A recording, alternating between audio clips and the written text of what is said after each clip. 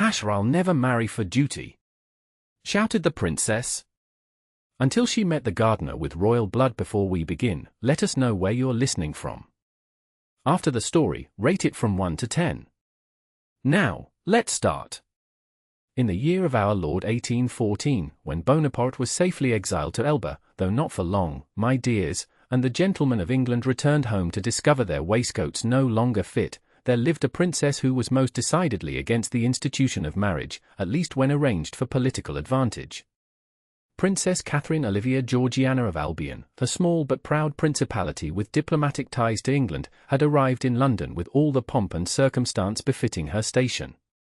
At 22 years of age, she was neither too young to be considered foolish nor too old to be considered desperate. She was, in the estimation of Lady Harrington, whose opinions on such matters were consulted with near religious devotion, quite the most beautiful creature to grace our shores since Helen launched those thousands of ships. The ton, naturally, was a flutter. "Have you heard?" whispered Lady Pembroke behind her fan to the Countess of Milford. "The princess has refused no fewer than 7 suitors in the past fortnight." "7," gasped the countess, nearly choking on her champagne. "Why, that's practically treasonous. A princess's duty is to forge alliances, not break hearts. I must interrupt this tete-a-tete to inform you, dear listener, that Princess Katherine, or Kat as she preferred among intimates, of which there were precious few, had indeed rejected 7 suitors. But the true number was closer to 17, if one counted the portrait miniatures she had tossed into the fire upon their presentation.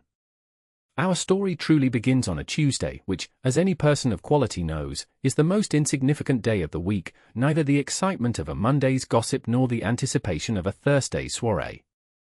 It was on this unremarkable Tuesday that the Regent himself had summoned Princess Katherine to Carlton House for what was ostensibly a garden tour but was, in truth, a matrimonial ambush. "Your Highness," the Regent said, gesturing toward a portly gentleman whose medals strained against his chest like prisoners seeking escape, "may I present the Duke of Westmoreland? He has expressed the most ardent admiration for your diplomatic position." Katherine, who had spent her childhood learning 7 languages, fencing with her brothers, and studying political treaties rather than embroidery, immediately recognized the trap. "Your Royal Highness," she curtsied to the Regent, then nodded to the Duke, "how fortunate I am to meet a gentleman so interested in diplomatic positions." The Duke, mistaking her sarcasm for encouragement, launched into a detailed account of his estates, his bloodlines, and his collection of snuff-boxes, which Katherine endured with the same expression she reserved for having her hair dressed, pained resignation. When the Regent unsubtly mentioned the Duke's close relationship with the Russian Tsar, Katherine's patience, never her most abundant virtue, snapped like an overwound watch spring. "I'll never marry for duty," shouted the princess, causing several nearby birds to take flight and a footman to drop a tray of refreshments. "I am not a broodmare to be traded for shipping rights or military alliances." The Regent's face turned the alarming shade of a beetroot, while the Duke of Westmoreland sputtered like a doused candle. Katherine, realizing she had committed a social transgression of monumental proportions, did what any sensible royal would do: she fled into the gardens. Now, I must inform you, gentle listener, that Carlton House gardens were not the intimate affairs one might find attached to a modest country home. They sprawled with deliberate magnificence, offering numerous hiding places for distraught princesses, or, as was more commonly the case, for indiscreet liaisons between ladies-in-waiting and handsome officers. It was here, among the carefully cultivated roses, that Katherine first encountered Mr. Ian Kensington. He stood with his back to her, pruning shears in hand, his shirt sleeves rolled up in a manner most inappropriate for receiving royalty. His waistcoat hung on a nearby branch, and his dark hair curled damply at the nape of his neck. Katherine, still fuming from her outburst, failed to notice him until she had nearly collided with his broad back. He turned, startled, and both of them froze, she in embarrassment at her tear-streaked cheeks, he in alarm at finding a clearly distressed woman in his rose garden. "Forgive me," he said, hastily bowing. "I didn't realize anyone was." His eyes widened as recognition dawned. "Your Highness." Katherine was taken aback, not by his recognition, her portrait had been circulating through London for weeks, but by the lack of obsequiousness in his tone. He acknowledged her rank without being cowed by it. "Are you quite all right?" he asked, with such genuine concern that Catherine found herself answering honestly. "No, I am not. I've just insulted the Prince Regent and possibly caused a diplomatic incident with Russia." To her astonishment, Ian Kensington's mouth twitched with barely suppressed amusement. Impressive. Most visitors only manage to insult the gardener. "Are you the gardener?" she asked, noticing for the first time the dirt beneath his fingernails and the expertise with which he handled the pruning shears. "Among other things," he replied cryptically, turning back to the rosebush. "These white Yorks need constant attention if they're to bloom properly." Catherine, who had been lectured on everything from proper fan deployment to the genealogy of every royal house in Europe, had never been taught about roses. The simple practicality of his work fascinated her. "What other things?" she asked, momentarily forgetting both her station and her distress. "Botany. Horticulture. The science of soil and growing things." He gestured toward a bench partially hidden by a flowering arbor. "Would your Highness care to sit? You seem in need of respite from diplomatic matters." She should have been offended by his presumption. She should have remembered that princesses do not converse with gardeners. She should have returned to the house to make amends with the regent. Instead, Catherine sat on the bench and watched Ian Kensington's capable hands coax beauty from the earth. That, dear listener, was the first meeting. It should have been the last. But fate, and a princess with a newfound interest in horticulture, had other plans. The Dowager Duchess of Harwich, who had been appointed Catherine's chaperone during her London season, was bewildered by her charge's sudden fascination with gardens. "But my dear," she protested the following morning as Catherine requested a tour of Kew, "wouldn't you rather attend Lady Jeremiah's musicale? I hear the Italian tenor has the most divine falsetto." "Plants, Your Grace, do not make demands," Catherine replied, selecting a walking dress of pale green muslin that would not show dirt should she kneel to examine a particularly interesting specimen. "Nor do they attempt to marry me for political advantage." The Duchess, whose 5 daughters had all made excellent matches, if one overlooked Lord Pendleton's unfortunate gambling habit and the Marquis of Halford's wandering eye, sighed dramatically. "Marriage is not merely political, Your Highness. It is the natural order of things." "So is decomposition," Catherine muttered, "yet we don't celebrate that with white dresses and cake." Nevertheless, the Duchess arranged for a carriage to Kew Gardens, where, to Catherine's disappointment, there was no sign of the intriguing Mr. Kensington. Instead, she was subjected to a tour by an elderly botanist who referred to all plants by their Latin names and seemed unaware that his wig was askew. For the next fortnight, Catherine engaged in what could only be described as horticultural espionage. She visited no fewer than 8 gardens, attended 3 lectures on the improvement of soil conditions, and even accepted an invitation to the home of Sir Joseph Banks, President of the Royal Society, hoping to encounter the one gardener who had treated her as a person rather than a princess.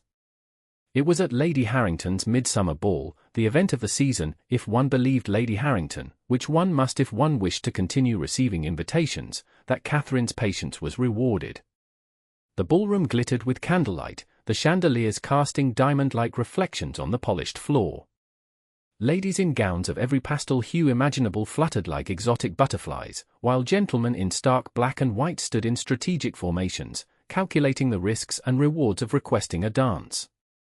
Catherine, attired in a gown of celestial blue that caused no fewer than 3 young lords to walk into potted palms upon her entrance, was performing her royal duty of appearing interested in the Earl of something or other's account of his latest hunting triumph when she spotted him. Ian Kensington stood near the terrace doors, not in gardener's attire but in evening clothes that fit his broad shoulders with suspicious perfection. He was engaged in conversation with Sir Joseph Banks, his expression animated as he gestured with elegant hands, the same hands Catherine had watched pruning roses with such care. "Excuse me," she interrupted the Earl mid-bore, "I believe I see an acquaintance." The Earl, who had been building to what he considered the climax of his tale, the moment when the boar charged, and he, armed only with courage and a blunderbuss, stood firm, was left gaping as Catherine glided away. Protocol demanded that she wait for an introduction, that she not approach a gentleman unaccompanied, that she certainly not engage in conversation with someone whose social standing was unclear. Catherine, who had shouted at the Prince Regent, was beyond caring about protocol. "Mr. Kensington," she said as she reached the men, "how unexpected to find you indoors. Has someone planted roses in the ballroom?" Sir Joseph Banks, whose eyebrows had climbed nearly to his hairline at this royal address, cleared his throat.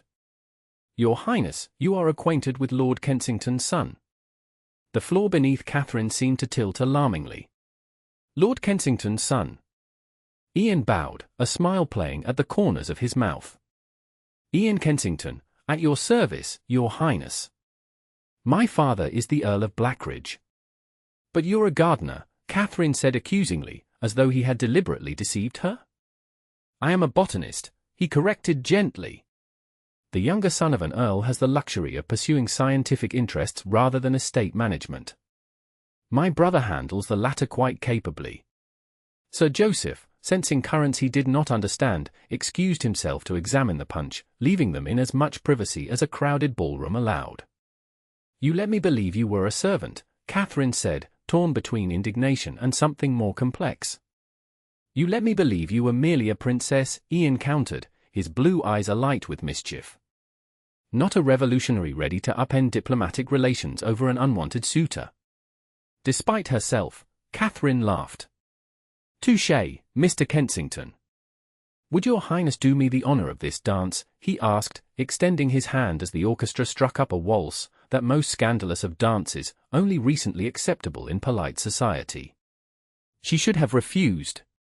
She should have remembered that even a gentleman botanist was not a suitable partner for a princess whose value lay in the alliances she could forge. Instead, Catherine placed her gloved hand in his and allowed him to lead her onto the floor. The Tun, predictably, was scandalized. "Who is that young man?" demanded Lady Westfield, training her lorgnette on the couple. The Earl of Blackridge's second son, supplied Mrs. Fortescue, who prided herself on knowing every eligible bachelor within 50 miles of London. "Brilliant mind, they say, but peculiar interests. Plants, if you can imagine." "Plants?" Lady Westfield sniffed. "What use are plants to a princess seeking a husband?" "What use indeed, dear listener?" But as Ian guided Catherine through the steps of the waltz, his hand properly positioned at her waist, yet somehow igniting a warmth that spread throughout her body, the princess began to think that perhaps there was more to learn from plants than she had realized. "Tell me," she said, as they turned beneath the chandelier, "what can roses teach us about diplomatic relations?" His smile was slow and considering. "That the most beautiful blooms often have the sharpest thorns, Your Highness." "And what do they teach about marriage?" she pressed, surprised by her own boldness. "That with proper care and attention, the right pairing can flourish even in poor soil." His eyes held hers. "But it requires dedication, not duty." The waltz ended too soon, and propriety demanded that Catherine dance with other partners. Throughout the evening, however, her gaze continuously sought Ian Kensington, who, she noted with a mixture of irritation and pleasure, seemed equally unable to look away from her. By the time the ball concluded, the Tun had collectively determined that the Princess of Albion had formed a most unsuitable attachment to a man who preferred the company of plants to people. The Dowager Duchess of Harwich was beside herself. A botanist, she moaned the following morning, collapsing onto a settee in Catherine's drawing room. If it were at least the elder son, there might be some explanation, but the younger? With dirt beneath his fingernails and no title to speak of. "He is the son of an earl," Catherine pointed out, calmly sipping her tea. "A second son," the Duchess emphasized, as though this were equivalent to being a chimney sweep. "Your father expects you to make an advantageous match, not to marry a man who converses with vegetation." Catherine set down her teacup with deliberate care. "I have no intention of marrying Mr. Kensington." The Duchess sagged with relief. "Thank heavens. Your good sense has prevailed." "Nor," Catherine continued, "do I intend to marry anyone else for political advantage. If I marry, it will be for love or not at all." The Duchess clutched her heart as though mortally wounded. "Your father will have my head on a pike." "My father," Catherine said with more confidence than she felt, "will have to accept that times are changing. Napoleon's defeat has redrawn the map of Europe. Albion's significance lies in its people and resources, not in which royal bloodline I contribute to. The Duchess, who had navigated 5 daughters through the treacherous waters of the marriage mart, recognized the set of Catherine's jaw. It was the same expression her 3rd daughter had worn before eloping with a naval captain, who had, fortunately, returned from the war both alive and wealthy from prize money. "What is your intention regarding Mr. Kensington, then?" she asked shrewdly. Catherine smiled. "To learn about roses, of course." The following week brought an invitation that sent ripples of speculation through London society. The Earl of Blackridge was hosting a botanical exhibition at his country estate, showcasing rare specimens from around the world. Princess Katherine's acceptance was immediate. "It's only 30 miles from London," she explained to the Duchess, who had taken to her bed with nervous spasms at the thought of accompanying a princess to the home of a potential suitor who had not been officially approved. "We shall stay only 2 nights. 2 nights is sufficient for a scandal," the Duchess moaned. "Remember Lady Caroline Lamb and Lord Byron." "I assure you, Your Grace, I have no intention of dressing as a page boy or sending locks of my hair to anyone," Catherine said dryly, referring to Lady Caroline's notorious pursuit of the poet. "My interest is purely scientific." The Duchess, who considered science only slightly less suspicious than revolutionary politics, was not reassured. Blackridge Hall was a Tudor manor house nestled among rolling hills, its gardens famous throughout England. As Catherine's carriage rolled up the gravel drive, she found herself uncharacteristically nervous. Here, Ian Kensington would not be simply a mysterious gardener or an intriguing dance partner, but a son of the house, in his natural element. The Earl and Countess of Blackridge greeted her with appropriate deference, though Catherine detected curiosity in their eyes. Their elder son, Lord Alistair, was affable if somewhat reserved. It was Ian, however, who captured her attention from the moment she entered the great hall. He stood slightly apart from his family, and when he bowed over her hand, she felt the same peculiar warmth she had experienced during their dance. "Welcome to Blackridge Hall, Your Highness," he said, his voice formal but his eyes conveying a more personal greeting. "I trust you'll find our humble gardens worth the journey." "I have been assured that they contain wonders, Mr. Kensington," she replied, conscious of the many ears listening to their exchange. The Countess, a shrewd woman who had raised 2 sons and navigated 3 decades of marriage to a man obsessed with plant hybridization, immediately took charge. "Your Highness must be fatigued from travel. Perhaps you would like to rest before dinner." It was the standard suggestion, and Catherine was prepared to acquiesce when Ian spoke up. "Actually, Mother, I thought Her Highness might like to see the conservatory while the light is still good. The Victoria Amazonica is about to bloom." The Countess raised an eyebrow but nodded. "Of course. The Duchess and I shall have tea in the drawing room, and Your Highness can join us when you've concluded your botanical observations." Thus dismissed, Catherine found herself being escorted through the house by Ian Kensington, with a maid following at a discreet distance, close enough for propriety, far enough for private conversation. "Victoria Amazonica?"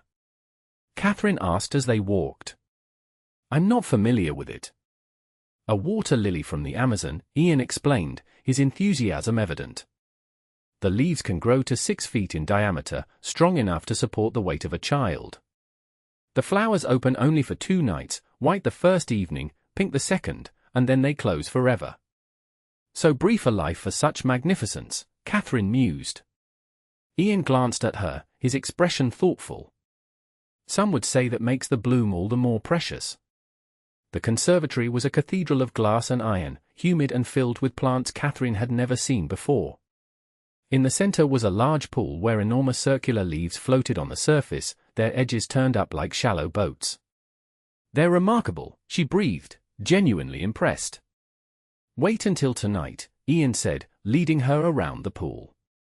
"The flower will open at dusk, releasing a scent that's—" He paused, searching for the right word. "Intoxicating." The way he said it, looking not at the plant but at her, made Catherine suddenly aware of how isolated they were despite the maid's presence. She turned her attention back to the water lilies. "How did you become interested in botany?" she asked, genuinely curious. "It seems an unusual passion for an earl's son." My father's influence, Ian said, gesturing to the conservatory around them. He's been collecting specimens since before I was born. But it was more than that. He led her to a bench near the pool. As a child, I was often ill. While Alistair was learning to ride and hunt, I was confined to bed with books about distant lands and the plants that grew there. I promised myself that one day I would see those places, those plants, with my own eyes. And have you? Catherine asked. Some. I spent a year in India, 6 months in the West Indies. His eyes lit up with remembered adventures. There's so much we don't understand about the natural world, so much to discover. Catherine, who had travelled extensively but always within the confines of royal duties and diplomatic missions, envied his freedom. It must be wonderful to pursue knowledge for its own sake. It is, he agreed, then added more softly, but lonely, at times. Few people share such interests. Their eyes met, and Catherine felt a dangerous understanding forming between them. She stood abruptly. I should join the Duchess for tea, she said, retreating behind formality. Thank you for showing me your lilies. Ian rose as well, a slight smile playing at his lips. The exhibition opens tomorrow, but if your Highness would like to see the Victoria bloom tonight, I'll be here at 9 o'clock. It was an invitation that proper etiquette demanded she decline. A princess did not meet a gentleman alone at night, even with a chaperone, even to observe a rare botanical event. I shall consider it, she said, which they both knew was acceptance. The remainder of the day passed in the usual country house activities: tea, conversation, a tour of the portrait gallery, more tea. Catherine found the Earl delightful, a man who spoke of plant breeding with the same passion others reserved for politics or horse racing. The Countess was gracious, if watchful, and Lord Alistair proved to be a well-informed conversationalist on topics ranging from agricultural reforms to the latest novels. It was a pleasant household, lacking the rigid formality Catherine was accustomed to, yet observing all the proprieties necessary for entertaining royalty. She found herself relaxing in a way she rarely could in London, where every word and gesture was scrutinized for diplomatic implications. At dinner, she was seated between the Earl and Lord Alistair, with Ian directly across from her. The conversation flowed easily, but Catherine was acutely aware of Ian's gaze whenever it rested on her. Your Highness has travelled extensively, I understand, the Earl said as the second course was served. Have you observed any botanical wonders in your journeys? Catherine, who had previously considered plants merely decorative elements in gardens designed for promenading, found herself recalling details she hadn't realized she'd noticed. In Sweden, there were berries that grew close to the ground, tiny red ones that the local children collected in baskets. Lingonberries, Ian supplied, his eyes warm with approval. Vaccinium vitis idea. Yes, those. And in St. Petersburg, they cultivated roses that bloomed despite the bitter cold. She smiled at the memory. The gardener told me it was Russian stubbornness that made them flower, but I suspect it was careful breeding. The Earl beamed. Precisely. Selective cultivation can produce hardiness in the most delicate species. Ian has been experimenting with creating roses that can withstand colder climates without losing their fragrance. Successfully? Catherine asked, looking at Ian. Moderately, he admitted. The challenge is maintaining the scent while increasing cold resistance. Nature often demands compromises. Does it? She asked, the question deeper than it appeared. Not always, he replied, holding her gaze. Sometimes, with sufficient patience and care, one can have both beauty and strength. The Countess, sensing undercurrents, smoothly changed the subject to the upcoming exhibition, but the exchange lingered in Catherine's mind throughout the remainder of dinner. At precisely 9 o'clock, having claimed a headache to retire early, Catherine slipped from her room, accompanied by her lady's maid, Martha. The conservatory was lit by strategically placed lanterns, casting a dreamlike glow over the tropical plants. Ian was already there, bent over the pool where the Victoria Amazonica floated. He straightened as she entered, and Catherine's breath caught at the sight of him in the lantern light, his formal evening attire discarded for a simple shirt and waistcoat. You came, he said, pleasure evident in his voice. I was curious, she replied, approaching the pool. Has it begun to open? Just now, he gestured to what Catherine had assumed was another leaf. But as she watched, the center began to unfurl, revealing petals of pristine white. It will take about 2 hours to fully bloom. 2 hours? Catherine glanced at Martha, who stood dutifully by the door, trying to look both vigilant and disinterested. We can sit, Ian offered, indicating a wrought iron bench positioned for optimal viewing. Or I can give you a tour of the other night-blooming species while we wait. They chose the tour, with Ian pointing out orchids that released their scent only after sunset, desert cacti that flowered briefly in the darkness, and other botanical curiosities. Catherine found herself genuinely fascinated, not just by the plants but by Ian's knowledge and enthusiasm. You speak of them as though they're sentient, she observed as he described the complex mechanisms some flowers use to attract specific pollinators. Aren't they, in their way, he countered. They respond to their environment, communicate with other species, adapt to challenges. They're more sophisticated than most humans give them credit for. Like princesses, Catherine said wryly. Assumed to be decorative until proven otherwise. Ian looked at her sharply. Is that how you feel? Underestimated. Catherine hadn't meant to reveal so much of herself, but something about the humid air, the exotic surroundings, and this man who saw beyond titles encouraged honesty. My education was extensive, she said slowly. Languages, history, politics, economics. I was raised to understand governance, to advise rulers, to represent my country. And yet, my primary value seems to be in whom I might marry. A waste of potential, Ian agreed, surprising her with his directness. Though I imagine any husband with sense would value your mind as much as your diplomatic connections. Would he? Catherine asked skeptically. Most men seem intimidated by women with opinions, let alone princesses with them. Most men are fools, Ian said simply. He gestured back toward the pool. I believe our Victoria is ready to reveal herself. They returned to the bench, sitting closer than propriety strictly allowed, but still within Martha's line of sight. The water lily had indeed unfurled, its petals now fully open, revealing a complex structure of stamens and carpels. Lean closer, Ian urged. The scent is subtle at first. Catherine did, bending toward the flower, and was rewarded with a fragrance both sweet and exotic, unlike any rose or lily she had encountered. It's extraordinary, she breathed. Legend has it that the scent affects different people in different ways, Ian said, his voice low. Some find it calming, others stimulating. Some claim it reveals truths hidden even from oneself. And what does it reveal to you? Catherine asked, turning to find his face unexpectedly close to hers. That beauty is most perfect when it's authentic, he said softly. When it's not cultivated merely for show, but allowed to express its true nature. Their eyes held, and for a moment, Catherine forgot about titles and duties, about the expectations of her father and country. She was simply a woman sitting with a man who saw her, truly saw her, perhaps for the first time in her life. Martha coughed discreetly, breaking the spell. Catherine straightened, recalling her position and the impropriety of her thoughts. It's getting late, she said, rising from the bench. Thank you for sharing this marvel with me. Ian stood as well, maintaining a proper distance now. Tomorrow it will be pink, he said.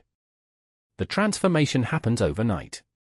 Like Cinderella in reverse, Catherine smiled. From pristine white to blushing pink. From innocence to experience, Ian suggested, his tone light but his eyes serious. Both states have their own beauty. Catherine nodded, unable to trust her voice, and allowed Martha to escort her back to her room. But as she prepared for bed, she found herself thinking not of diplomatic marriages or royal duties, but of water lilies that changed color overnight and the man who waited patiently for them to reveal their true nature. The botanical exhibition the following day drew a select crowd of aristocrats and scientific minds from London and the surrounding counties. The Dowager Duchess of Harwich, who had recovered remarkably quickly from her nervous spasms upon discovering that 3 duchesses and a marchioness would be in attendance, was in her element, flitting from group to group with practiced social grace. Catherine, attired in a walking dress of pale yellow that complemented her dark hair, found herself the center of attention not just due to her rank, but because of her unexpected interest in the exhibition. Word had spread of her late-night visit to observe the Victoria Amazonicas bloom, causing speculation to run rampant among the guests. "They're saying he showed you his water lily," whispered Lady Emily Stafford, a childhood friend visiting from Albion, her eyes dancing with mischief. Which sounds positively indecent when repeated in certain tones. Catherine flushed. It was a botanical observation, nothing more. Of course it was, Emily agreed with exaggerated solemnity. Just as my interest in Captain Harris's demonstration of swordsmanship last season was purely academic. Emily! Catherine scolded, though she couldn't help smiling. Her friend had always been outrageous, even as a girl. Captain Harris is now your husband, which makes such teasing acceptable, if barely. And what of Mr. Kensington? Emily pressed. Half the women here are swooning over his combination of scientific mind and physical attributes. The other half are calculating how to separate him from his plants long enough for an advantageous marriage. They're welcome to try, Catherine said, with more tartness than she'd intended. His heart belongs to his Victoria Amazonica. Emily raised an eyebrow. Does it indeed? Then why has he scarcely taken his eyes off you since we arrived? Catherine refused to look in Ian's direction, where he was explaining the principles of hybridization to a group that included Sir Joseph Banks and 2 botanical illustrators. Mr. Kensington is simply being attentive to a royal guest, she said firmly. Now, tell me more about married life. Is it as restricting as I've been led to believe? Emily laughed. With the right partner? Not at all. With the wrong one. She gestured toward Lady Pembroke, who was being lectured by her husband on the impropriety of her bonnet ribbons. A gilded cage is still a cage. The conversation was interrupted by the Earl of Blackridge, who approached with a distinguished-looking gentleman in tow. Your Highness, the Earl bowed. May I present Professor Heinrich Schumann of the University of Heidelberg? He has made some remarkable discoveries regarding plant propagation. Catherine greeted the professor warmly, grateful for the diversion from Emily's probing questions. As they discussed the similarities between diplomatic negotiations and cross-pollination, a more apt comparison than Catherine had previously considered, she was aware of Ian moving through the exhibition, charming guests with his knowledge and passion. It was during a lull in the proceedings, as tea was being served on the terrace, that Ian finally approached her. He bowed formally, but his eyes held the same warmth she'd observed in the conservatory. Your Highness, I was hoping you might grant me a favor, he said, his voice carrying just far enough for those nearby to hear. We've received word that our specimen of Epipogeum aphyllum is flowering in the North Woods. It's extremely rare, a ghostly orchid that appears only occasionally and blooms for just a day or two. Would you care to accompany me to observe it? Several heads turned at this invitation. A walk in the woods, even with a proper chaperone, was bordering on scandalous. Before Catherine could respond, a new voice entered the conversation. Ah, botanizing in the woods? How rustic! The Duke of Westmoreland, the very man whose suit had prompted Catherine's outburst at Carlton House, stood before them, his expression one of barely concealed disdain. Your Highness, I was just telling the Prince Regent how fortuitous it was that we should both be visiting the same remote corner of the countryside. Catherine's heart sank. The Regent was here? And with him, undoubtedly, renewed pressure for her to consider the Duke's suit. Your Grace, she acknowledged coldly. What an unexpected surprise.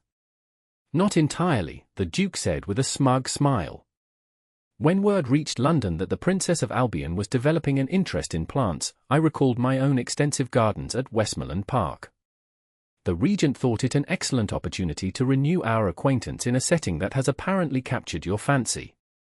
Ian, still standing beside Catherine, had gone very still.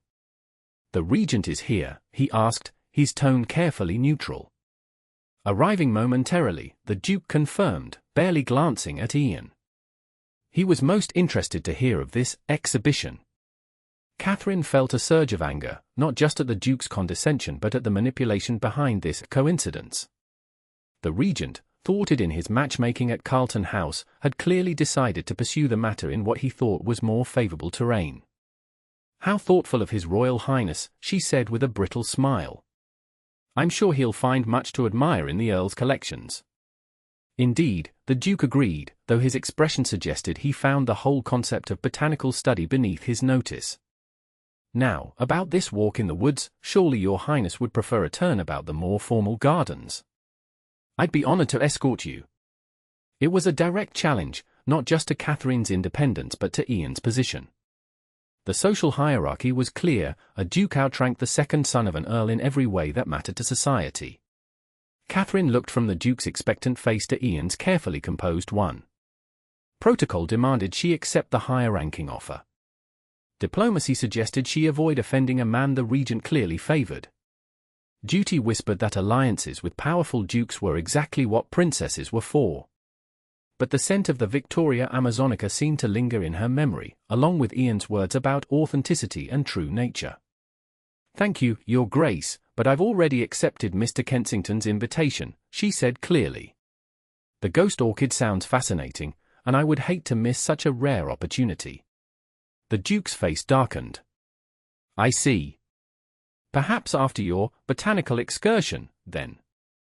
The regent will be most disappointed if you're unavailable to greet him." "I shall return in time to pay my respects," Catherine promised, though her tone suggested this was more obligation than pleasure. As the Duke stalked away, Ian turned to Catherine with a mixture of surprise and admiration. "You didn't have to do that," he said quietly. "The ghost orchid will bloom again." "Will it?" she challenged. "You said yourself it's rare and unpredictable. Besides," she added with a mischievous smile that few ever saw, "I find I'm developing a taste for the unexpected over the conventional." Ian's answering smile made her heart flutter in a most unprincess-like manner. "Then by all means, let us seek out the unconventional. Lady Emily," he added, turning to Catherine's friend who had been shamelessly eavesdropping, "would you care to join us as chaperone? I believe you'll find the ghost orchid quite illuminating." Emily, who had no interest in plants but a great interest in romantic intrigue, readily agreed.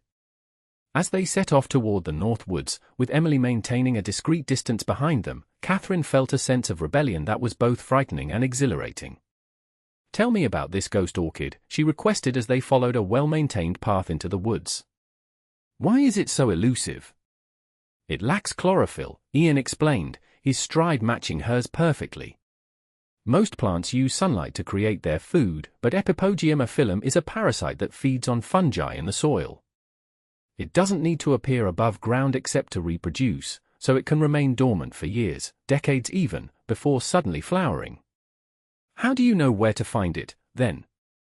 Catherine asked, genuinely curious. "Careful observation, historical records, and a fair amount of luck," Ian admitted. "My father found it here 7 years ago, and we've been monitoring the site ever since. One of the gardeners noticed it emerging yesterday." They walked deeper into the woods, the sounds of the exhibition fading behind them. The path narrowed, forcing them to walk closer together, their hands occasionally brushing. Each accidental touch sent a jolt of awareness through Catherine, making her simultaneously wish for more contact and fear it. "Here," Ian said finally, stopping at what appeared to be an unremarkable patch of forest floor. He knelt, gently pushing aside some fallen leaves to reveal a slender, pale stem bearing several translucent, ghostly flowers. "Epipodium aphyllum." Catherine knelt beside him, marveling at the delicate beauty of the orchid. It seemed to glow in the dappled forest light, ethereal and somehow vulnerable. "It's beautiful," she whispered, afraid speaking too loudly might somehow damage the fragile bloom. "It survived against all odds," Ian said, his voice equally soft. "No leaves for photosynthesis, no strong roots to anchor it. By conventional wisdom, it shouldn't thrive. Yet here it is, stubbornly existing on its own terms." Their eyes met over the orchid, and Catherine felt the world narrow to just this moment, this man, this understanding between them. Emily's presence a few yards away seemed to fade into irrelevance. "Catherine," Ian said, using her given name for the first time. "Your Highness." A voice called from the direction they had come. "Your Highness, you're needed at the house immediately." The spell broken, Catherine stood, brushing dirt from her skirts as a footman came into view, clearly distressed.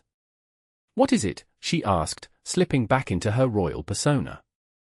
"The Prince Regent has arrived, Your Highness, and is asking for you most insistently." "And?" He hesitated, glancing nervously at Ian. "There is a messenger from Albion with urgent dispatches. Something about your father's health." Catherine felt as though she'd been doused with ice water. "My father? Is he ill?" "I don't know the details, Your Highness. Only that your presence is required immediately." Ian was already helping her back onto the path. "Go," he said, his face tight with concern. "I'll follow shortly." Catherine nodded, gathering her skirts to move more quickly. Emily rushed to her side, all teasing forgotten in the face of potentially serious news. The walk back to the house seemed interminable. By the time they arrived, Catherine's mind had conjured a dozen scenarios, each worse than the last. Had her father fallen ill? Was there a political crisis? A threat to the succession? The Prince Regent was waiting in the Earl's study, his substantial frame ensconced in the best chair, a glass of brandy in hand despite the early hour. Beside him stood not only the Duke of Westmoreland but also Baron Schultz, Albion's ambassador to Britain. "Ah, there you are, my dear," the Regent said, his tone jovial but his eyes sharp. "We were beginning to wonder if you'd been lost in the wilderness." "Your Royal Highness," Catherine curtsied, then turned anxiously to the Baron. "What news of my father?" Baron Schultz stepped forward, his expression grave. "Your Highness, I regret to inform you that King Frederick has suffered an apoplectic fit. He is alive but weakened. The Council has requested your immediate return to Albion." Catherine felt the room tilt slightly. Her father, always so robust and full of life, struck down? How serious is his condition, she managed to ask. "Stable, for now," the Baron replied. "But uncertain. The physicians are cautiously optimistic, but—" He spread his hands in a gesture that conveyed the limits of medical science.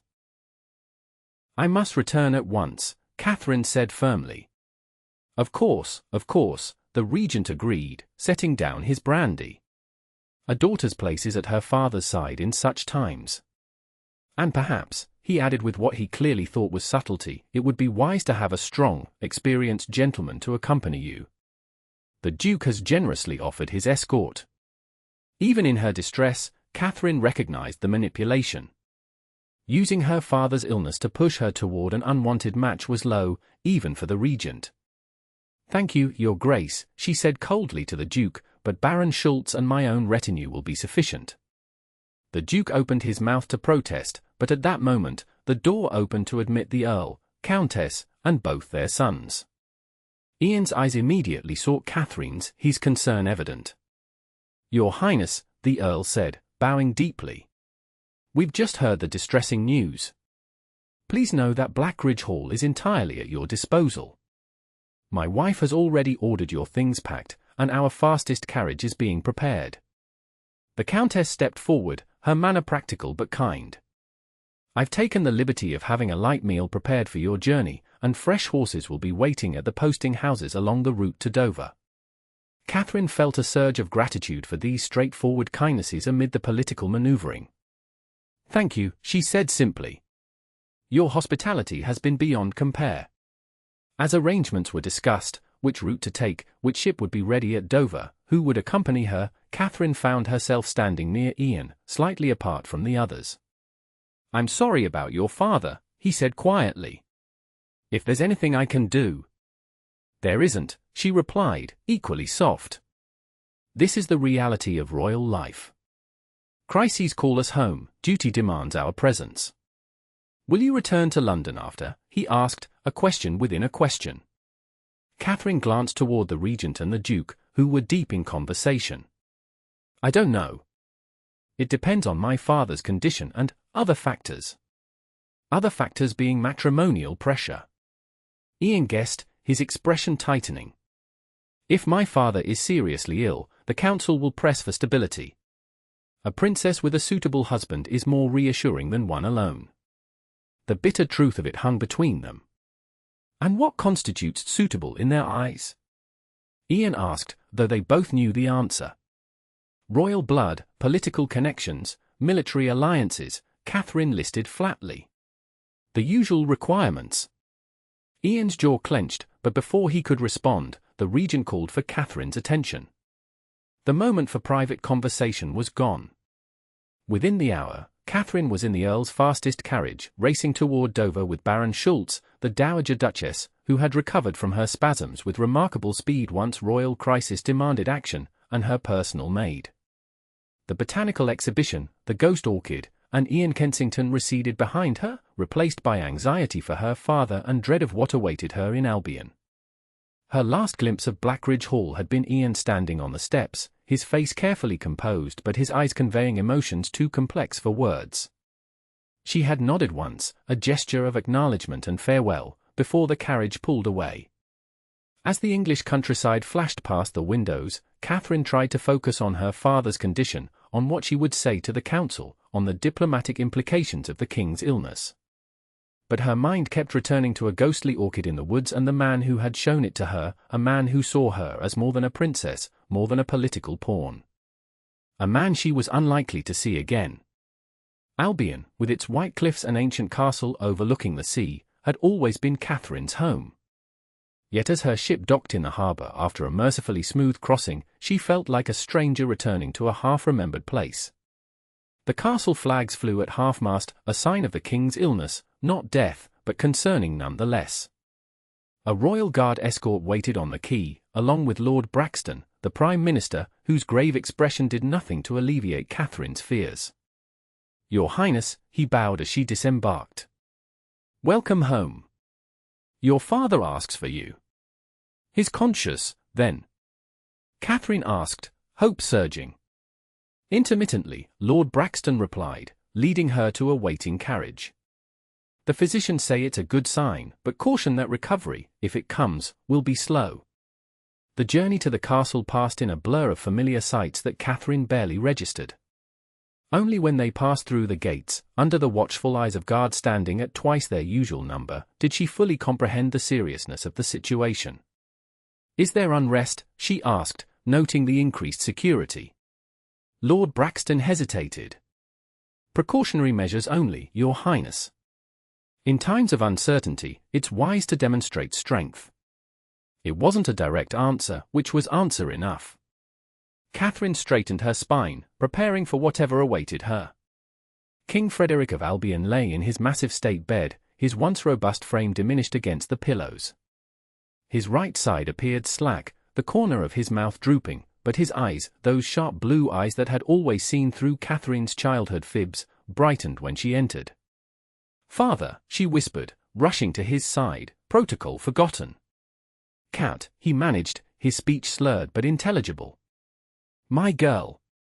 She took his hand, the left, which still seemed strong, and fought back tears. "I came as soon as I heard. How are you feeling?" "Like a horse sat on me," he grumbled, a flash of his old humor showing through. "Doctors say, no state business.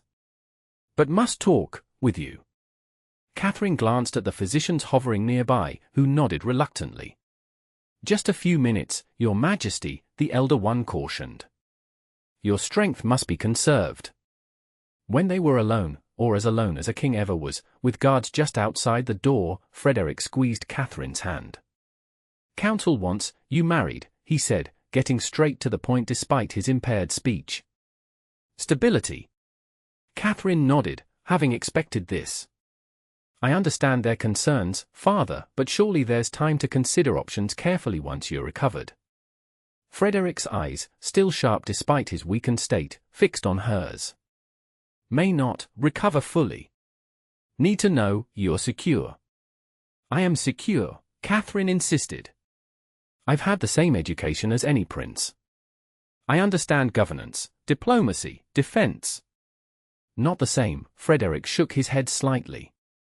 "World doesn't see woman ruler same as man. Need alliance, strength." It was an argument they'd had before, though never with such urgency.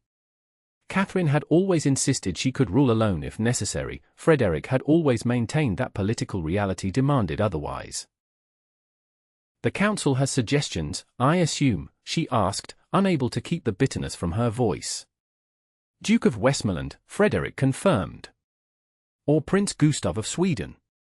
Both offer advantages."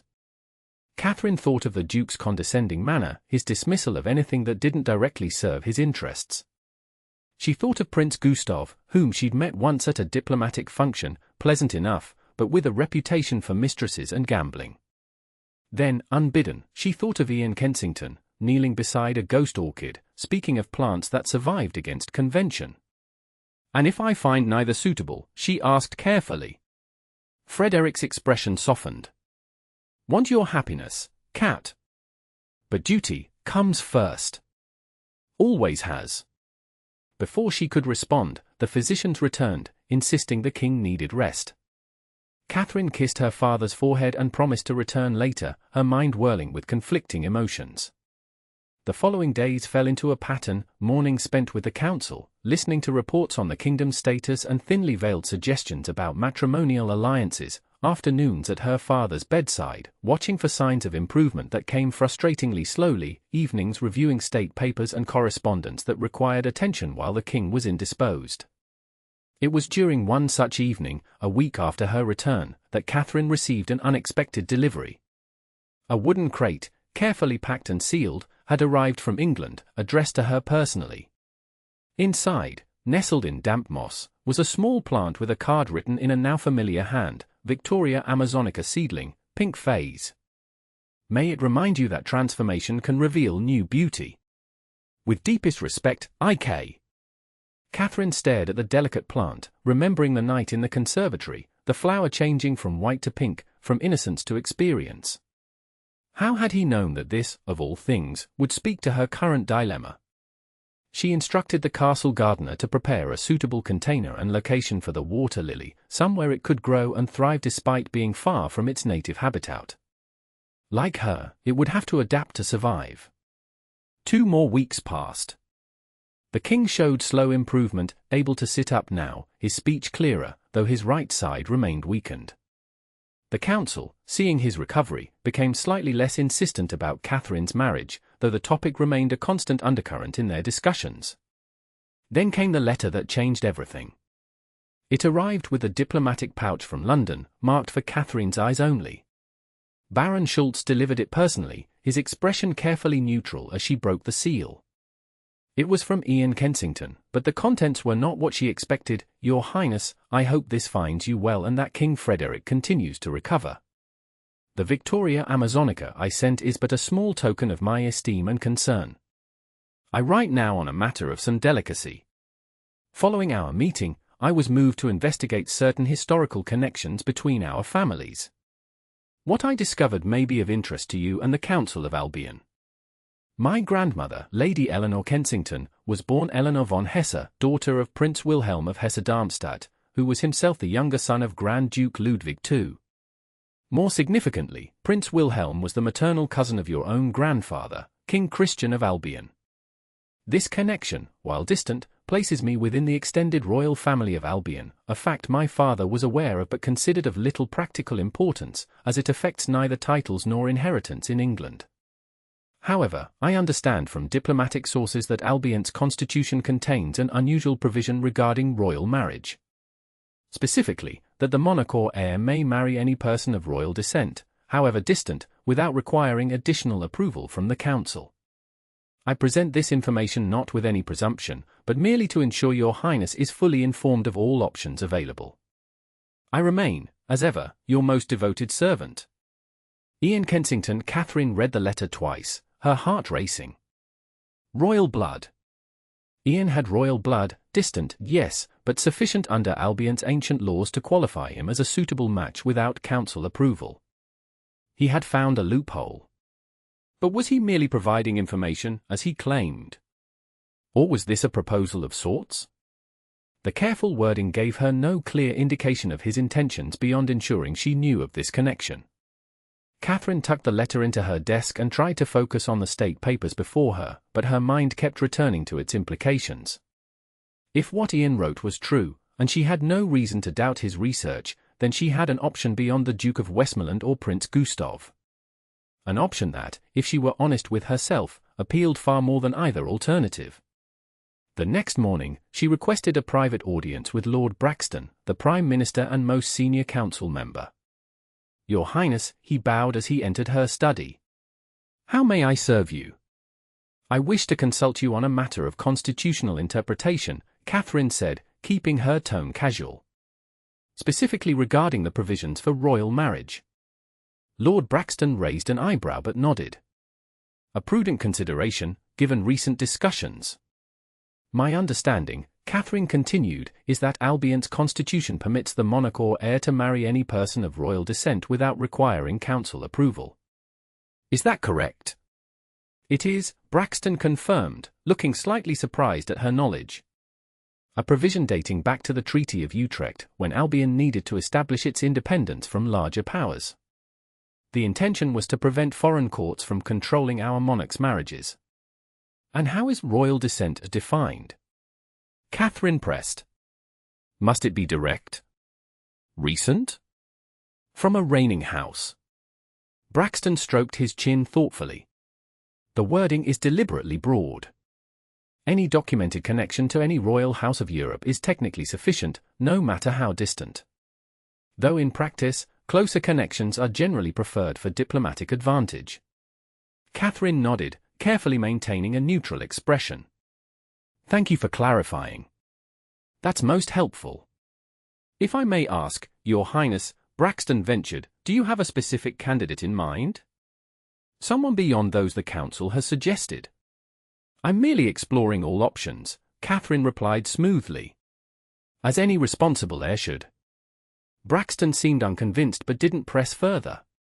After he left, Catherine sat at her desk, staring at the Victoria Amazonica seedling that now floated in a large porcelain bowl by her window. It had grown since its arrival, sending out a tiny leaf that unfurled a little more each day. "Transformation," Ian had written. "New beauty revealed." That evening, she visited her father as usual, finding him propped up against his pillows, color returning to his face. His right hand still lay useless in his lap, but he gestured animatedly with his left as they spoke.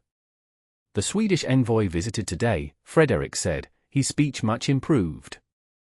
"Asked about your consideration of Prince Gustav." Catherine took a deep breath. "Father, I've been researching our constitution's provisions regarding royal marriage." Frederick's eyes narrowed slightly. "Have you indeed? Any particular reason?" "I believe I've found a solution that satisfies both duty and personal preference," she said carefully. "I'm listening," Frederick replied, his tone guarded. Catherine explained about Ian Kensington's royal connections, his character, his accomplishments, trying to present the information as objectively as possible while knowing her enthusiasm probably showed through. Frederick listened without interruption, his expression thoughtful. When she finished, he was silent for a long moment. "This botanist," he finally said. "You care for him?" Catherine hesitated, then decided honesty was required. "Yes, father. Very much." "And he for you?" "Not just the title, the position. He saw me as Catherine before he knew I was a princess," she said simply. "He values my mind, my opinions. He doesn't seek to change me or control me." Frederick nodded slowly. His letter mentioned the constitutional provision but made no direct offer. "No," Catherine admitted. "He was careful not to presume." "Diplomatic," Frederick observed. "Good quality in a consort." He shifted slightly, wincing at the effort. "Bring him here. Want to meet this gardener with royal blood myself before I form an opinion." Catherine felt hope bloom in her chest. "You're not opposed?" "Didn't say that," Frederick cautioned. "Said I want to meet him. Then decide." His eyes softened. "But Kat, your happiness matters. Always has. Just needed to balance with duty." Catherine leaned forward to kiss his cheek. "Thank you, father." "Don't thank me yet," he grumbled, though his eyes twinkled. still might find him unsuitable. Royal blood can produce fools as easily as wise men. Catherine smiled, remembering Ian's careful explanations of plant breeding and natural selection. I believe you'll find his qualities go well beyond his ancestry. That night, she wrote 2 letters. The first, to Ian Kensington, was formal and careful, inviting him to visit Albion as her guest to discuss matters of mutual interest. The second, to Lady Emily Stafford, was considerably less formal and included phrases that would have scandalized the Dowager Duchess of Harwich had she intercepted it. 2 weeks later, a ship from England docked in Albion's harbour. Among its passengers was Ian Kensington, carrying a wooden case that contained, the ship's manifest noted, botanical specimens of scientific interest. Catherine, who had wanted to meet him at the dock but was constrained by protocol, waited in the castle's formal reception room, dressed in a gown of deep blue that her lady's maid assured her brought out her eyes. She had deliberately chosen not to wear a tiara or other royal insignia. This meeting needed no such reminders of her position. When Ian was announced, she barely managed to maintain her composure. He entered, bowing deeply, dressed in formal attire that suited his tall frame perfectly. When he straightened, their eyes met, and the connection that had begun in a rose garden at Carlton House flared between them, undiminished by time or distance. Your Highness, he said, his voice steady though his eyes revealed more complex emotions. Thank you for your invitation. Mr. Kensington, she replied, equally formal. Welcome to Albion. I trust your journey was comfortable. Quite, thank you. He gestured to the wooden case he carried. I've brought something that may interest you. Another plant, she asked, remembering the Victoria Amazonica that now floated in a specially constructed pool in the castle conservatory. Of a sort, he said with a slight smile. Though this one requires no water or sunlight. He opened the case to reveal a book bound in green leather. As Catherine stepped closer, she saw it was a botanical volume, but unlike any she had seen before. Opening it, she found page after page of exquisitely detailed illustrations of plants, each accompanied by scientific descriptions and stories. It's a compendium of botanical folklore, Ian explained, standing close enough that she could catch the faint scent of his shaving soap. Scientific accuracy combined with the human stories that have grown up around each plant. I thought it might appeal to both sides of your nature, the rational and the romantic. Catherine looked up from the book to find him watching her intently. It's beautiful, she said softly. Thank you. A moment of silence stretched between them, filled with unspoken words. Finally, Catherine set the book aside and took a small step back, remembering they were still in the formal reception room, likely observed by curious staff. My father wishes to meet you, she said, returning to safer ground. He's much improved, though still not fully recovered. I'm glad to hear of his improvement, Ian replied. And honored by his interest, though somewhat intimidated, I must admit. Catherine smiled. He can be formidable, even from a sickbed. But he's fair-minded. And what does he think of? Ian hesitated, then continued carefully, the information I shared in my letter. He thinks the constitutional provision is valid, Catherine said, equally careful. But wishes to form his own opinion of the person in question before offering any judgment. Ian nodded, understanding the unspoken message. When shall I have the honor of this audience? Tomorrow, Catherine replied. He prefers mornings, when his mind is clearest. Until then, perhaps you would like to see our gardens? They're modest compared to Blackridge Hall, but we have some native species that might interest you. It was an invitation to speak more privately, and Ian accepted with an alacrity that suggested he understood perfectly. As they walked through the castle halls toward the gardens, maintaining a proper distance but exchanging glances that were anything but proper, Catherine felt a sense of rightness that had been absent during her weeks of council meetings and diplomatic discussions. The castle gardens, while smaller than those at Blackridge Hall, had their own charm, perched on a cliff overlooking the sea, protected from harsh winds by ancient stone walls. As they walked, Ian identified plants and asked questions about local growing conditions, slipping easily into the role of botanist rather than potential royal suitor. It was only when they reached a secluded corner, partially hidden from the main paths by a trellis covered in climbing roses, that he dropped the pretense. "Catherine," he said quietly, using her given name for only the second time since they'd met. "Before I meet your father, before matters progress further, I need to be absolutely clear about my intentions." She turned to face him fully, heart racing. "Yes?" "My letter was factual," he continued, his eyes never leaving hers. "The royal connection exists, the constitutional provision is real. But my purpose in sharing that information wasn't merely to provide options." "What was your purpose, then?" Catherine asked, though she thought, hoped, she knew the answer. "To remove obstacles," Ian said simply. "To offer a path forward, if you wish to take it. I would never presume to, that is, I understand the vast difference in our positions, regardless of some distant royal ancestor." Catherine took a step closer to him. "Are you saying you sent that information out of duty, Mr. Kensington?" "Some obligation to ensure I was fully informed of all matrimonial possibilities." A smile tugged at the corner of his mouth. "No, Your Highness. I sent it because I have developed feelings for you that go well beyond botanical interest or social obligation. Feelings that, were you not who you are, would have led me to express myself much more directly." "And how directly would you have expressed yourself?" Catherine asked, emboldened by his confession. Ian's eyes darkened slightly. "I would have told you that from the moment you stormed into the rose garden at Carlton House. I have been captivated by your intelligence, your spirit, your unwillingness to be defined by others' expectations. I would have said that watching you examine a water lily with genuine curiosity made me wish to show you every wonder the natural world contains, just to see that expression on your face again." Catherine felt her cheeks warm, but she didn't look away. "Continue," she urged softly. "I would have confessed," Ian said, his voice dropping lower, "that during our waltz at Lady Harrington's ball, it took all my self-control not to ask if we might escape to the terrace. That seeing you kneel beside the ghost orchid made me forget every social distinction between us. That sending you that Victoria Amazonica seedling was my way of telling you I think of you constantly." "You've been quite restrained in your expressions, then," Catherine observed, trying to maintain her composure despite the fluttering in her chest.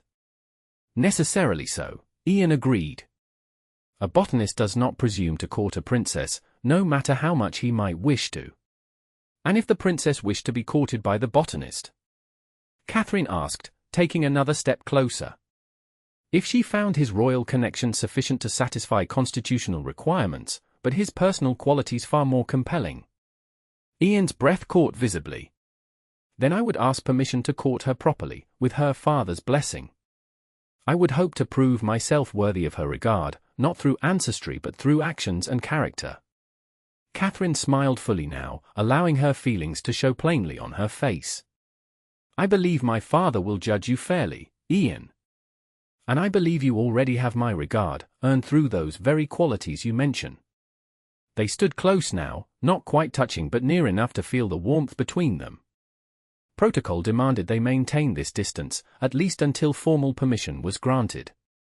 But Catherine, who had shouted at the Prince Regent and rejected 17 suitors, found herself caring less and less for protocol. "May I ask one more thing?" Ian said, his voice barely above a whisper. "Yes?" "That day in the woods, with the ghost orchid, what would you have said if we hadn't been interrupted?" Catherine considered for a moment, then decided on honesty. "I would have told you that I've never met anyone who sees me as clearly as you do. That your passion for plants made me realize how seldom I felt true passion for anything. That I wished circumstances were different, that I was simply Catherine and you were simply Ian." His eyes softened. "I've only ever seen Catherine, even when addressing Your Highness." Before she could respond, footsteps on the garden path alerted them to approaching company.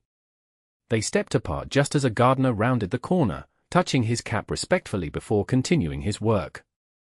The moment broken, they resumed their tour of the gardens, but something had shifted between them. The uncertainty was gone, replaced by a shared understanding that whatever obstacles remained, they would face them together. The following morning, Catherine paced nervously outside her father's chambers while Ian was granted a private audience.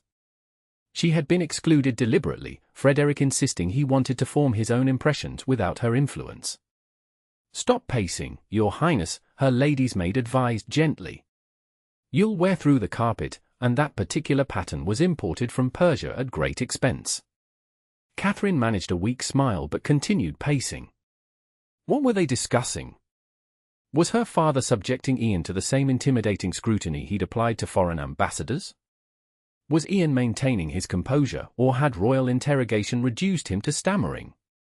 After what seemed an eternity but was, in fact, barely 45 minutes, the door opened. Ian emerged, his expression giving nothing away until he saw Catherine. Then, a slight smile curved his lips, not triumphant, but quietly satisfied. "Your Highness," he bowed. "Your father wishes to see you now." Catherine searched his face for clues, but he merely inclined his head toward the door, maintaining perfect propriety in the presence of the guards and servants. She entered her father's chambers to find Frederick sitting up in bed, looking more animated than she'd seen him since his illness. "Well, Cat," he said without preamble, "your botanist is a surprising man." "In what way?" she asked cautiously. "Asked me about agricultural reforms before royal connections. Wanted to know if Albion's farmers were using modern techniques. Said something about crop rotation being as important as diplomatic rotation." Frederick shook his head, but there was admiration in his eyes. Then proceeded to give me a detailed account of his royal ancestry only when directly questioned, as though it were an afterthought. Catherine smiled, imagining the scene. "Did he mention his ghost orchid?" At length, Frederick confirmed dryly. "Along with theories about adapting tropical plants to northern climates that went well beyond my understanding or interest. But," he added more seriously, "when I asked about his intentions toward you, he was admirably clear." "And what did he say?" Catherine asked, unable to keep the eagerness from her voice. Frederick's expression softened. "That he loves you for your mind as much as your beauty. That he would never ask you to choose between duty and happiness because he believes they can coexist. That he understands the responsibilities you bear and wishes to support, not diminish them." Tears pricked at Catherine's eyes. "And what did you say to that?" "That if he ever hurts you, royal blood or no, I'll have him thrown from the highest tower into the sea," Frederick replied matter-of-factly. "Also that the council will protest, the regent will be apoplectic, and certain foreign powers will consider it an insult." Catherine's heart sank. "So you're opposed?" "Didn't say that," Frederick corrected, his eyes twinkling. "Said there will be consequences. Then I asked if he was prepared to face them for your sake." "And?" Catherine held her breath. "He said," Frederick recalled, "Your Majesty, I crossed the sea in a storm to be here. Metaphorical storms hold no fear for me where your daughter is concerned." He chuckled. "Poetic for a scientist. Then you approve?" Catherine pressed, hope rising. Frederick reached for her hand with his good one. "I approve of any match that brings that light to your eyes, Cat. The royal connection satisfies the Constitution. His character satisfies me. The rest is for you to decide." Catherine threw her arms around her father, mindful of his weakened state but unable to contain her joy. "Thank you," she whispered. "Thank you for understanding." "Still expect an advantageous treaty with England," Frederick grumbled, though his arm tightened around her. "Royal gardener should be good for something diplomatic." "Botanist," Catherine corrected, pulling back with a grin. "And I believe he has ideas about agricultural exchange that might benefit both nations." "Of course he does," Frederick sighed. "Go on, then. Don't keep the man waiting. Royal blood can become impatient, I speak from experience." Catherine kissed her father's cheek and practically flew from the room, composing herself with effort before she stepped into the hallway where Ian waited, his posture tense despite his attempt at nonchalance. "My father," she said formally, aware of the guard station nearby, "has expressed his approval of your continued visits to Albion. Perhaps you would care to join me for a tour of the state rooms." Ian bowed, equally formal, though his eyes danced. "I would be honored, Your Highness." They maintained their composure until they reached the portrait gallery, a long room lined with paintings of Catherine's ancestors and conveniently empty of observers. The moment the door closed behind them, Catherine turned to Ian. "He approves," she said simply. "So I gathered," Ian replied, his careful restraint giving way to a broad smile. "Though he did threaten me with defenestration into the sea if I caused you any unhappiness." Catherine laughed. "He's protective." "As he should be," Ian said softly, taking a step closer. "You are a treasure beyond price, Catherine Olivia Georgiana."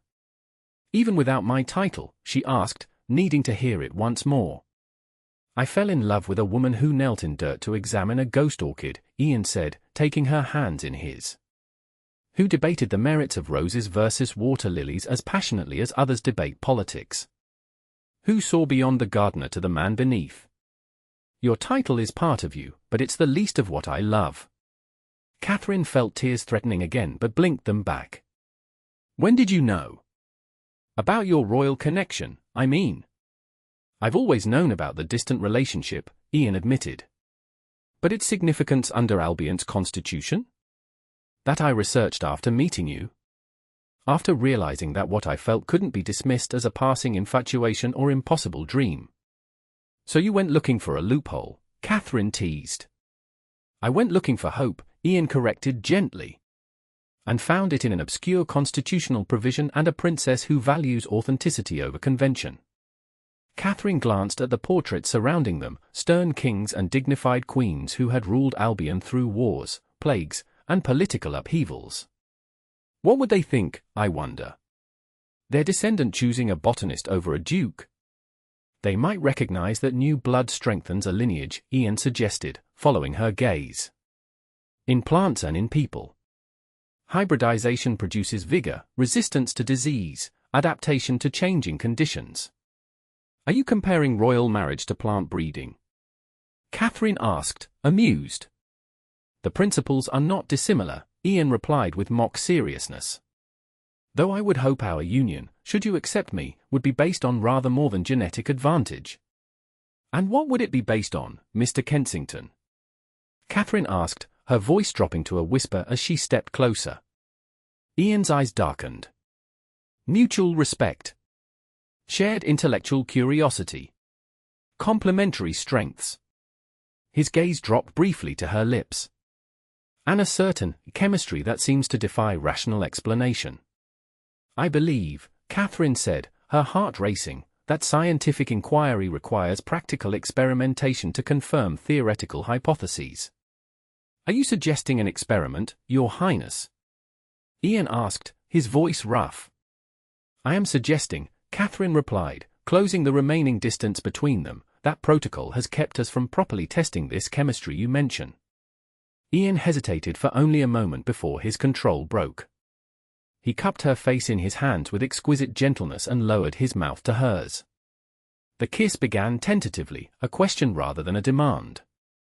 But as Catherine responded, sliding her hands up to his shoulders, it deepened into something that confirmed every hypothesis and raised entirely new questions for future investigation. When they finally parted, both slightly breathless, Ian rested his forehead against hers. I believe, he said unsteadily, that further experimentation may be required to fully validate our findings. Catherine laughed, feeling lighter than she had in months. Science demands thoroughness, she agreed. But perhaps we should continue our research under slightly more formal conditions. Ian straightened, understanding her meaning. Catherine Olivia Georgiana, he said, taking her hands in his again, would you do me the honor of accepting my suit? Not as a princess accepting a convenient match, but as a woman accepting a man who loves her completely. Yes, she said simply. With all my heart, yes. The formal announcement came 3 days later.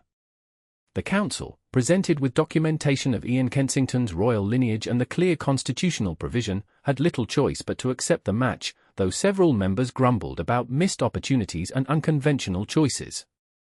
The Prince Regent, when informed, reportedly knocked over a priceless Chinese vase in his agitation. The Duke of Westmoreland departed for his country estate without taking leave of anyone. Prince Gustav of Sweden sent congratulations and, privately, a note expressing relief, as he had been quite content with his current mistress and had dreaded the thought of a political marriage. The wedding was set for the following spring, allowing time for King Frederick to regain more of his strength and for diplomatic relations to adjust to the unexpected alliance. Ian divided his time between England, where he settled his affairs and collected botanical specimens, and Albion, where he gradually won over even the most skeptical courtiers with his intelligence, dignity, and genuine interest in the country's welfare. As for Catherine, the princess who had once shouted, "I'll never marry for duty," found herself preparing for a marriage that fulfilled both duty and desire. The Victoria Amazonica seedling Ian had sent her now floated in a purpose-built pool in the castle conservatory, its leaves growing larger each week, a living symbol of transformation and new beginnings. On the eve of their wedding, Catherine and Ian slipped away from the formal celebrations to visit this special plant. In the humid warmth of the conservatory, surrounded by the scent of exotic blooms, they stood hand in hand beside the pool. "It will flower soon," Ian said, noting the bud that had formed in the center of the largest leaf. "Perhaps even tonight." "From white to pink," Catherine mused. "From innocence to experience."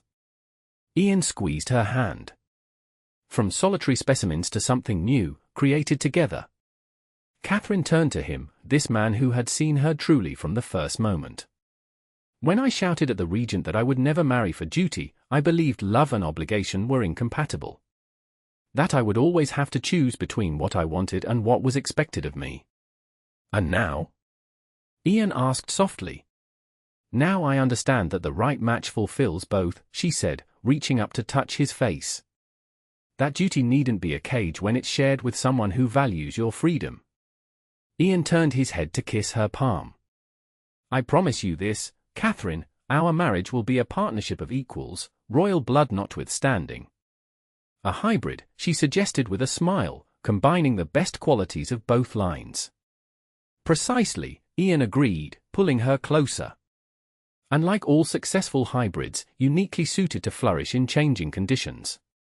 As they sealed this promise with a kiss, the Victoria Amazonica bud began, ever so slightly, to open, a new bloom preparing to greet the world, just as a princess who had rejected duty for love and a gardener with royal blood prepared to create a new life together.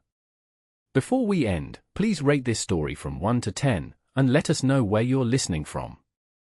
"Thank you for joining us for I'll Never Marry for Duty," shouted the princess, until she met the gardener with royal blood.